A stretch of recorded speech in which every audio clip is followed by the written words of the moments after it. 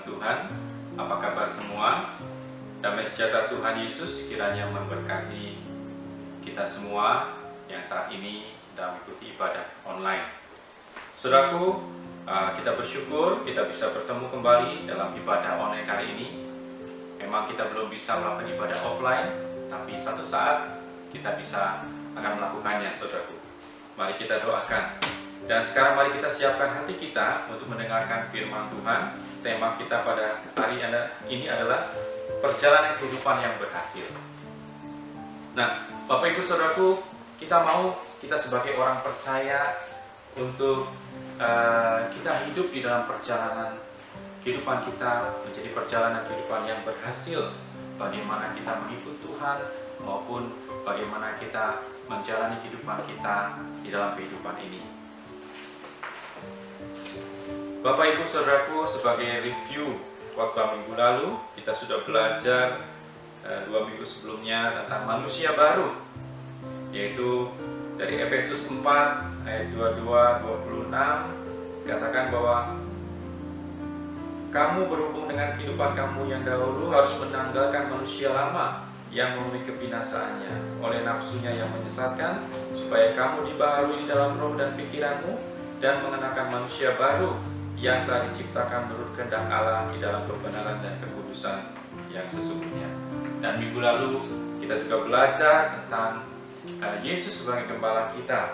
Yohanes 10 ayat 10, pencuri hanya datang untuk mencuri dan membunuh dan membinasakan. Aku datang supaya mereka memperoleh hidup dan mempunyainya dalam segala kelimpahan.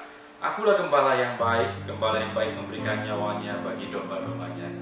Dan saudaraku, ayat yang ke-14 dikatakan, akulah gembala yang baik dan aku mengenal domba-dombaku dan domba-dombaku mengenal aku. Saudaraku kasih dalam Tuhan, kita belajar saat ini tentang Yosua, satu tokoh Alkitab.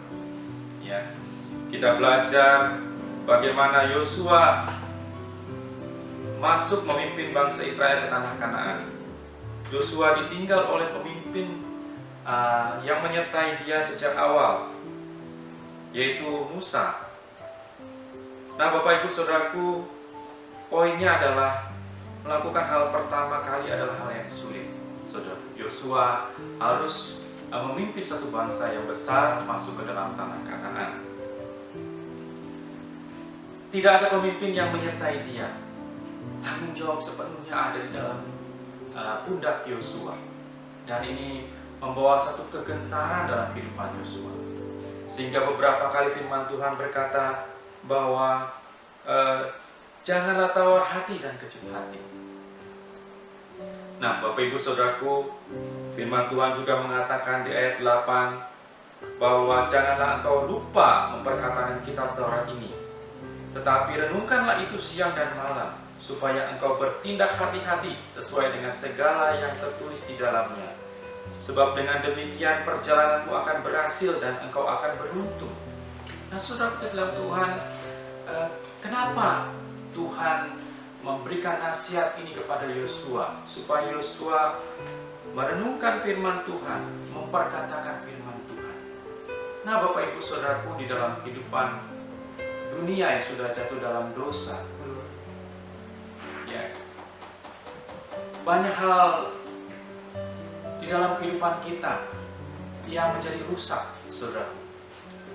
Ketika manusia masih di Taman Eden, semuanya baik-baik saja. Tidak ada bencana alam, tidak ada kesulitan. Mereka menanam segala sesuatu berhasil karena mereka mempunyai hubungan yang dekat dengan Tuhan. Mereka setiap hari mendengar firman Tuhan, dan firman Tuhan itu mereka rasakan begitu indah. Tetapi ketika manusia jatuh dalam dosa, saudaraku, bagaimana manusia mencari jalannya sendiri? Betul-betul ada satu hal di dalam kehidupan manusia, yaitu manusia kehilangan firman Tuhan. Bahwa Roma 3 ayat 23 bahwa semua manusia sudah berbuat dosa dan kekurangan kemuliaan Allah. Kehilangan kemuliaan Allah. Nah, saudaraku, itulah yang Tuhan mau perbaiki dari Yosua, sehingga Tuhan katakan bahwa Yosua harus memperkatakan kitab Taurat ini dan merenungkan itu. Supaya apa, saudaraku? Supaya hati Yosua, pikiran Yosua bisa sejalan dengan pikiran dan hati Allah. Nah, Bapak Ibu Saudaraku, di dalam kehidupan kita yang sekarang ini, kita hidup di dalam masa COVID sekarang ini juga mengalami hal yang sama. Kadang kita mengalami ketakutan, takut di PHK, takut kehilangan segala pekerjaan, takut menghadapi masa depan, saudaraku.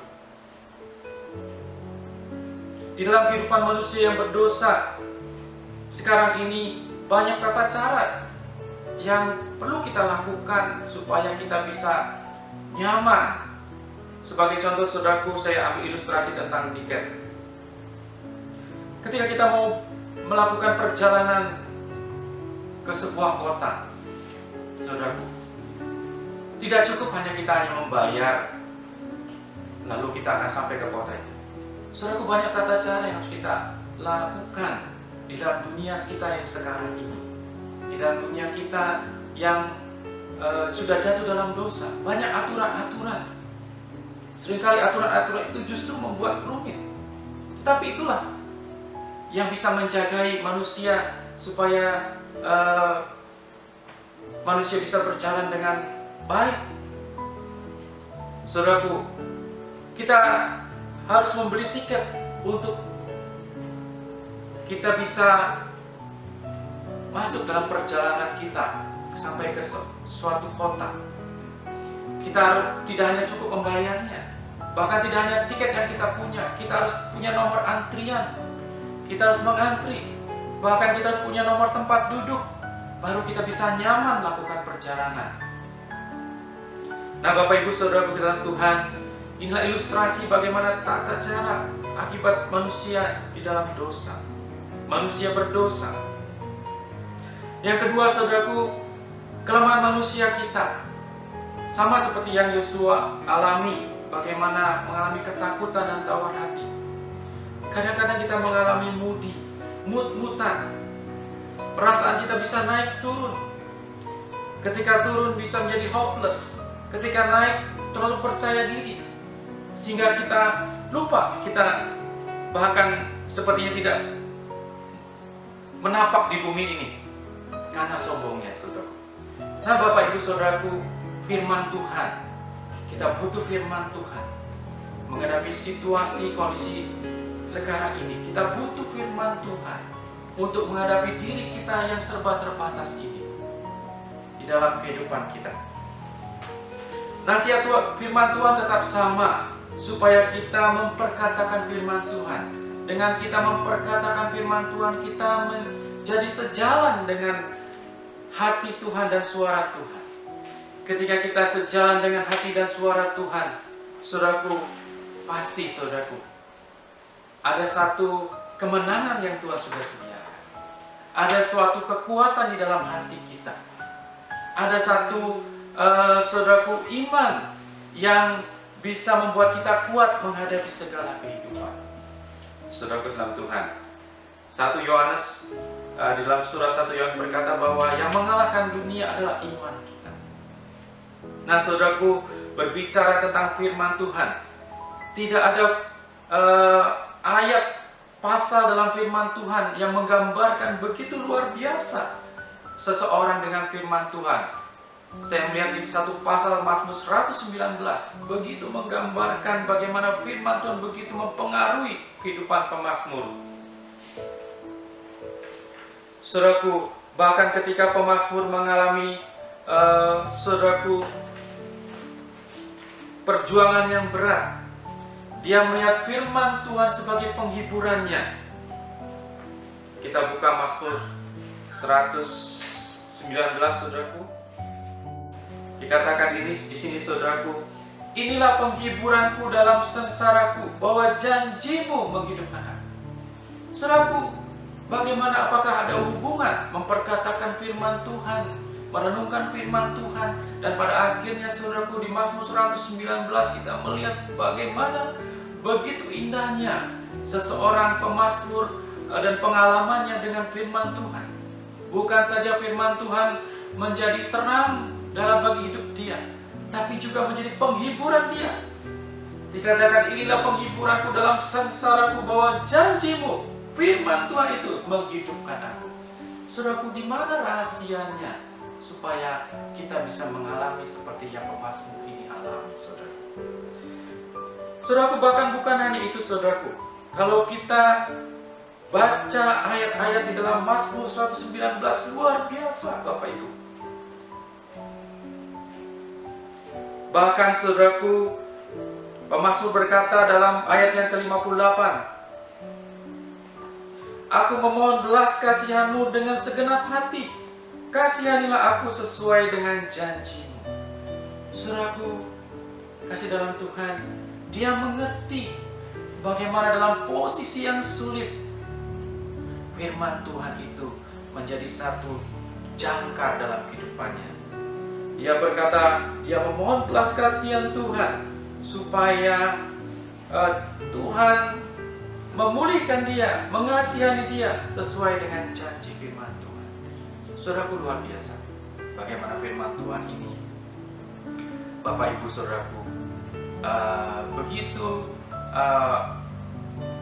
banyak hal yang dialami, pengalaman pemazmur dengan firman Tuhan. Saudaraku, satu lagi saya mau sampaikan bagi Bapak Ibu Saudaraku. Mazmur pasal yang ke-100 dikatakan, maaf saudaraku, Mazmur 119 ayat yang ke-100 dikatakan, mulai ayat yang ke-97, saudaraku, betapa ku cintai Taurat-Mu, aku merenungkannya sepanjang hari. Perintah-Mu membuat aku lebih bijaksana daripada musuh-musuhku. Sebab selama-lamanya itu ada padaku. Aku lebih berakal budi daripada semua pengajarku. Sebab peringatan-peringatan-Mu ku renungkan. Ayat 100, aku lebih mengerti daripada orang-orang tua. Sebab aku memegang kitab-kitab. Saudaraku dalam Tuhan, firman Tuhan bukan saja sebagai landasan moral di dalam kehidupan kita, tapi bahkan saudaraku, pemazmur berkata dengan firman Tuhan dia menjadi lebih cerdas, saudaraku. Nah, saudaraku kasih Tuhan, bagaimana caranya? Pertanyaannya adalah bagaimana caranya kita menggunakan firman Tuhan sehingga kita bisa mengalami berkat firman Tuhan yang luar biasa seperti pemazmur katakan.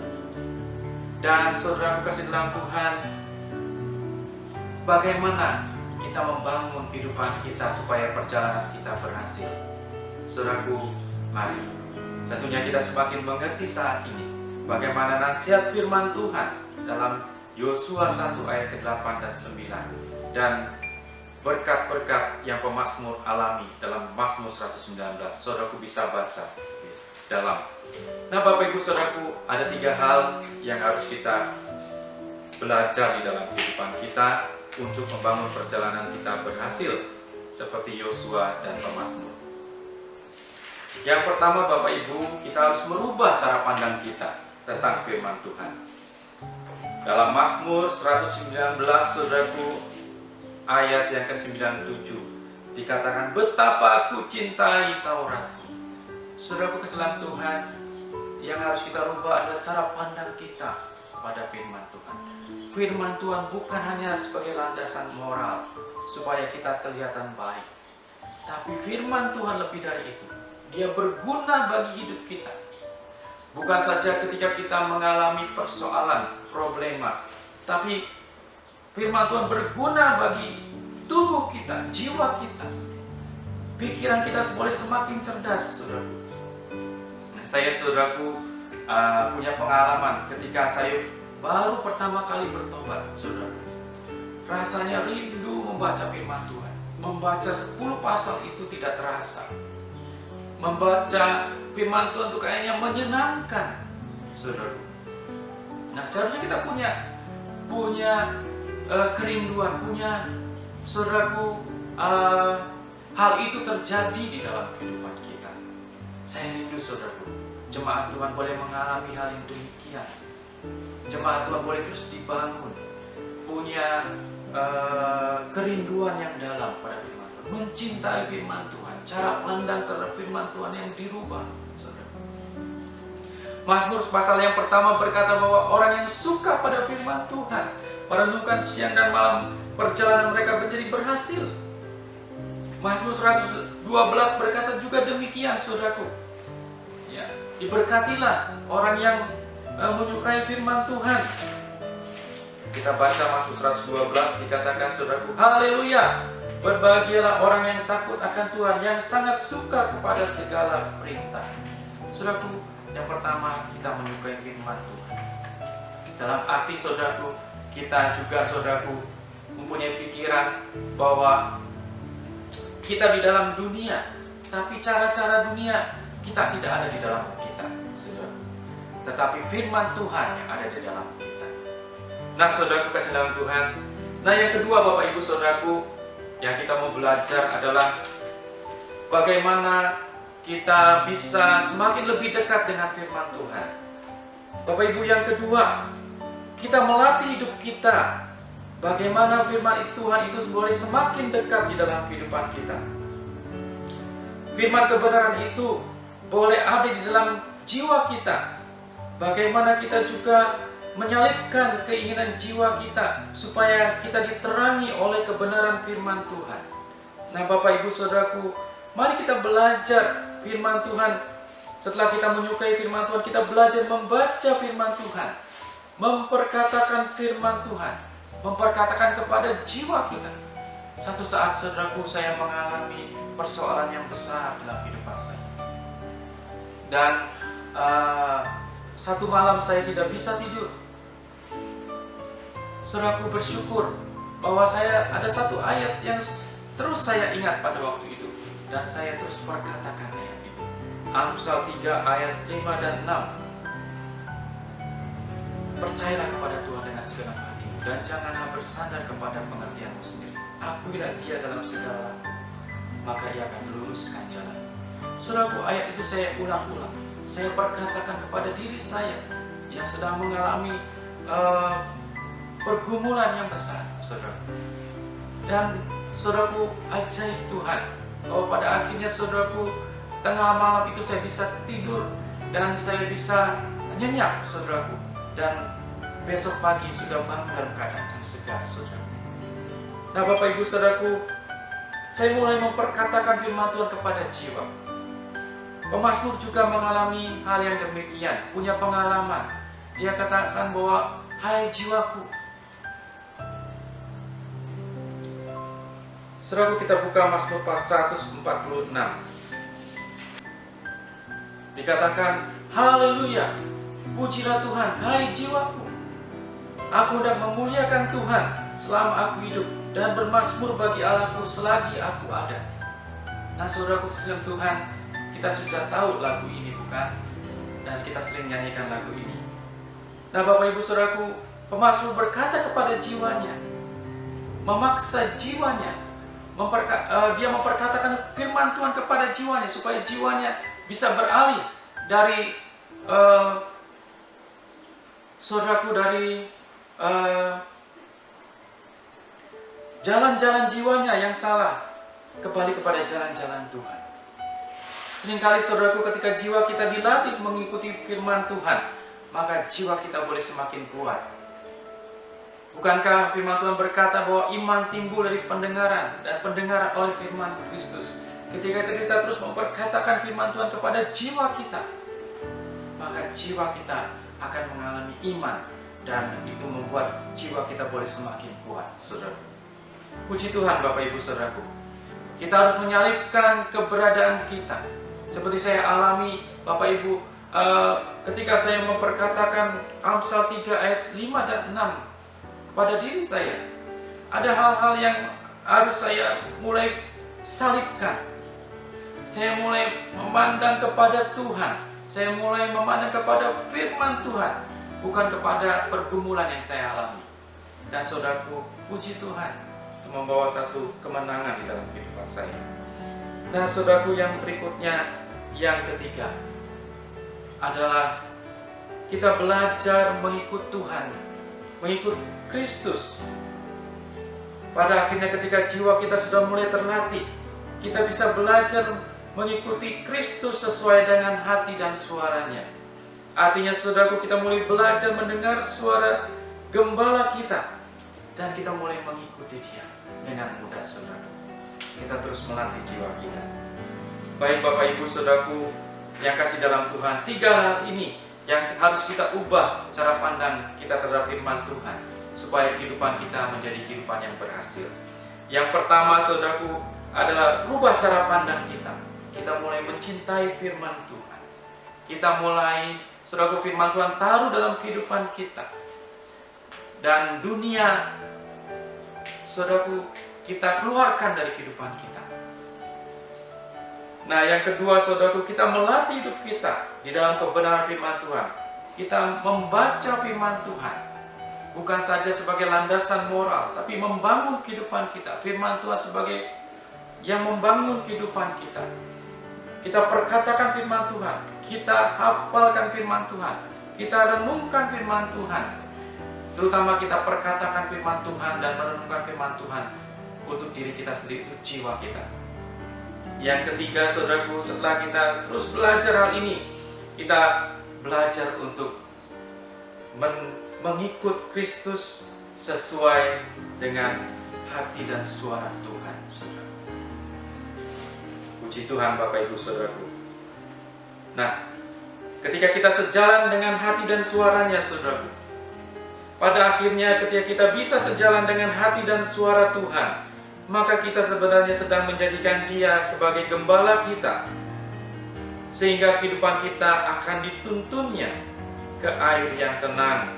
Dan saudaraku kasih dalam Tuhan, kita akan berhasil di dalam perjalanan kehidupan kita. Mari Bapak Ibu kita kembali kepada firman Tuhan Yosua 1 ayat 8 sebagai ayat yang terakhir. Janganlah engkau lupa memperkatakan kitab Taurat ini, tetapi renungkanlah itu siang dan malam, supaya engkau bertindak hati-hati sesuai dengan segala yang tertulis di dalamnya. Sebab dengan demikian perjalananmu akan berhasil dan engkau akan beruntung.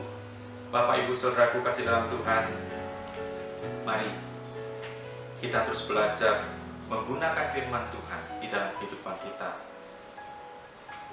Janji firman Tuhan, ketika kita bawa itu dalam hidup kita, perjalanan kita akan berhasil dan kita akan beruntung. Saudaraku, bukan kebetulan kita punya contoh-contoh, teladan-teladan. Kita baca Mazmur 119, dan saya juga mengalami hal itu dalam kehidupan saya. Dan saya rindu saudaraku juga mengalami hal itu, dan bahkan lebih luar biasa daripada yang saya bisa alami.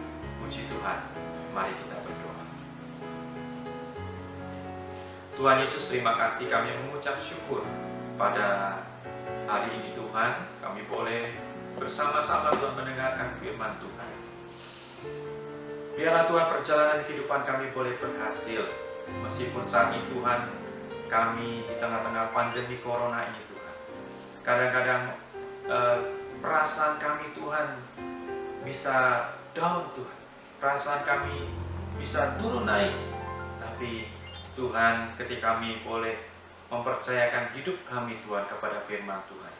Firman Tuhan bukan saja bagi kami buat landasan moral, tapi firman Tuhan bagi kehidupan kami, membangun jiwa kami, membangun kehidupan manusia kami Tuhan, sehingga kehidupan manusia kami Tuhan menjadi kehidupan manusia yang semakin luar biasa di dalam Tuhan.